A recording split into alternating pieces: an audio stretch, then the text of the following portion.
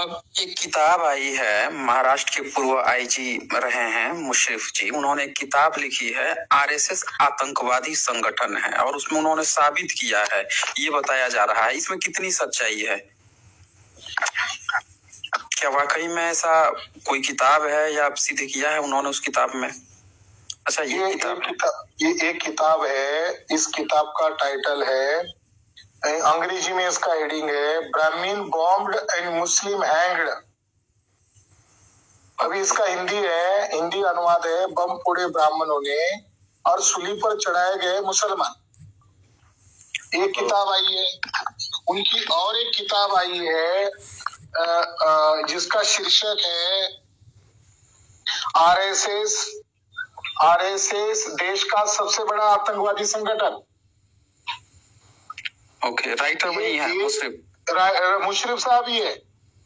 मुशर्रफ साहब पूर्व आईजी है और उन्होंने किताब लिखी है जिसका टाइटल इतना स्फोटक है। अभी तक इसको बैन नहीं किया गया है और ना ही उनके ऊपर कोई केस चल रही है। उन्होंने लिखा आरएसएस देश का नंबर 1 आतंकवादी संगठन, और उन्होंने अपने दस्तावेजों में ये सिद्ध किया कि अजमेर शरीफ बम ब्लास्ट में आरएसएस के 3 लोगों को आजीवन कारावास घोषित किया कोर्ट ने। तो कानूनन रूप से आरएसएस टेररिस्ट ऑर्गेनाइजेशन है।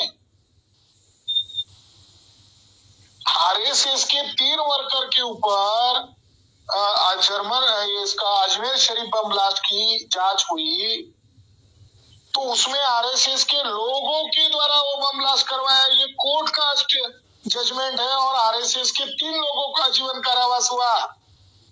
तो आरएसएस ये प्रमाणित है कि वो ये प्रमाणित है कि वो आरएसएस के ही थे। ऐसा तो नहीं है कि आरएसएस ने कहा वो आरएसएस के ही थे, वो आरएसएस के ही थे। उसमें एक सुनील जोशी जो मध्य प्रदेश का था, वो आरएसएस का फुल टाइमर था। ये बात अभी भी संदिग्ध है और उनके परिवार वालों ने आरएसएस के ऊपर केस डाला था कि इन आरएसएस के लोगों ने इसका यूज किया और बाद में मरवा डाला। वो 3 लोगों में एक सुनील जोशी है जिसको मारा गया था, वो आरएसएस के लोगों ने ही, प्रज्ञा सिंह ठाकुर ने ही मारा है, ऐसा उसके परिवार का कहना था। सन 2006 में नांदेड़ में राजू कोंडुरवार नामक वो आरएसएस का वर्कर था। आरएसएस के वर्कर के घर में और रात को बम बना रहे थे और गलती से बनाते बनाते वो फट गया। आरएसएस के वर्कर्स लोग बम बनाते हुए फट गए, तो सीबीआई जांच की गई थी और जांच में पाया गया कि आरएसएस के लोग बम बनाते हैं। जो आरडीएक्स होता है वो आरडीएक्स मार्केट में नहीं मिलता, आरडीएक्स मिलिट्री के पास होता है। अभी तक तो फिल्मों में यही दिखाया गया था कि भाई बम तो आतंकवादी बनाते हैं। तो आतंकवादी बनाते हैं। वो जो आतंकवादी वो कौन है? Lieutenant colonel Prasad Purohit military का कर्नल है, प्रज्ञा सिंह ठाकुर, सुनील जोशी, रमेश उपाध्याय, असीमानंद उर्फ आशीष चटर्जी। ये आरएसएस का जो सेकंड चीफ है मोहन भागवत के बाद, वो इंद्रेश कुमार। असीमानंद ने तो हलफनामा लिख के दिया था कोर्ट में कि मोहन भागवत के कहने पर ही मैंने 21 जगह बम ब्लास्ट किए। बताइए, ये तो बहुत बड़ी सबूत हो गया फिर तो, ये जब खुद ही बोल रहा है। और मुशर्रफ साहब ने फरीदाबाद में 2008 को एक गुप्त मीटिंग हुआ था और उस गुप्त मीटिंग में ये डिस्कशन किया गया है। वो सारा उनके पास 48 ऑडियो और वीडियो मिले। ये मीटिंग करते थे, उसके वीडियोग्राफी बनाकर रखते थे। तो उसमें फरीदाबाद की मीटिंग के अंदर बीजेपी के लोग इन्वॉल्व थे।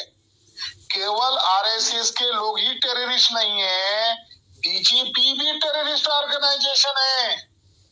फरीदाबाद के मीटिंग के अंदर मीटिंग चल रही थी, तब एक बीजेपी का एमपी उस मीटिंग में इन्वॉल्व हुआ और पुरोहित ने उसका इंट्रोड्यूस किया कि ये माननीय सांसद है बीजेपी के और हमारे हैं।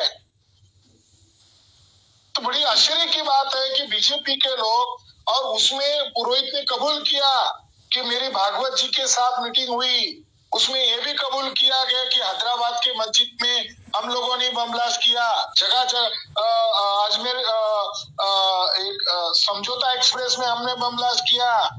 वो सारा मैन्युस्क्रिप्ट करके कोर्ट में पेश किया गया। इन लोगों के ऊपर, आरएसएस से संबंधित लोगों के ऊपर केवल बम ब्लास्ट का आरोप नहीं है, बल्कि उनके ऊपर देशद्रोह और संविधान बदलने की साजिश रचना, ये भी आरोप है। केवल बम ब्लास्ट का आरोप नहीं है। उसके अंदर पेज नंबर 61 पर पुरोहित कहता है, we will fight this constitution, we will fight this nation is not ours. हम संविधान से लड़ेंगे, देश से लड़ना होगा, क्योंकि देश हमारा नहीं है। बाहर ये हिंदू हिंदू चिल्लाता है भागवत, मगर उसका आदमी गुप्त मीटिंग में कह रहा है हमारा हिंदू मकसद नहीं है, क्योंकि ये ब्राह्मणों का भारत है ही नहीं। पुरोहित ने आगे लिखा 64 पर, we have to fight the constitution, we have to fight for our independence.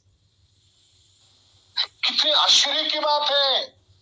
पुरोहित कह रहा है गुप्त मीटिंग में हमें संविधान से लड़ना होगा, हमें अपनी आजादी के लिए लड़ना होगा। यानी ब्राह्मण लोग, जो टेररिस्ट ब्राह्मण लोग जो बम ब्लास्ट कर रहे थे, वो संविधान को नष्ट करना ही आजादी मान रहे थे।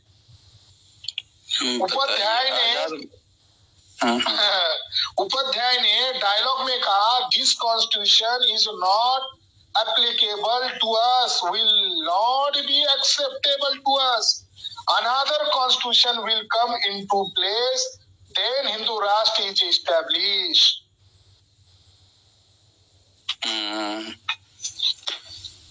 बताइए, बम बना के फोड़े जा रहे हैं, क्या क्या चल रहा है इस देश में। देखिए साथियों, ये सब जानकारियां जो है, ये कई चीजें। अच्छा, छत्रपति शिवाजी महाराज जी का पुतला जो है, पिछले सप्ताह से मैं देख रहा हूँ कि उस पर लगातार विवाद छिड़ा हुआ है महाराष्ट्र में। क्या मामला है ये जो सरकार है शिंदे, एक टूल है आरएसएस का, और उन्होंने योजना बनाकर, प्लान बनाकर ये उसको तोड़फोड़ करके लिया। शिंदे, ठाकरे की पार्टी तोड़ के, फिर शरद पवार की पार्टी तोड़ के अजित पवार को, ये तीनों की सरकार, तीन तोड़े हुए लोगों की सरकार बने।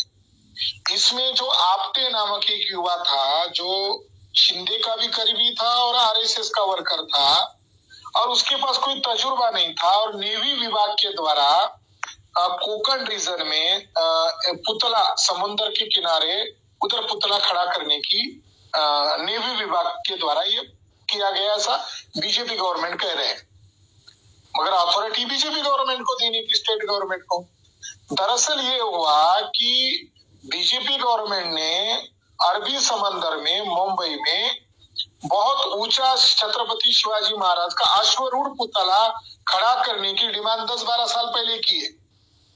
अब हर 5 साल बाद वही मुद्दा आता था कि अब कब करने वाले हैं। बीजेपी के लोग केवल मराठा लोगों की मानसिकता को केवल हवा देते हैं और सत्ता में आते हैं भूल जाते हैं। तो मोदी को लगा, बीजेपी को लगा कि 2019 का चुनाव अगर जीतना है, तो उन्होंने आनन फानन में नेवी विभाग को माध्यम करके उन्होंने कोंकण रीजन में, मुंबई के थोड़े आगे, वहां पर ये पुतला बनाया, और ये पुतला आपटे नामक आरएसएस के वर्कर के द्वारा बनाया। अब वो एकदम कार्टून है, वो छत्रपति शिवाजी महाराज का किसी भी नजर में वो पुतला भी नहीं लगता। वो ऐसा हाथ खड़ा किया हुआ है और वो पैर पर खड़ा है।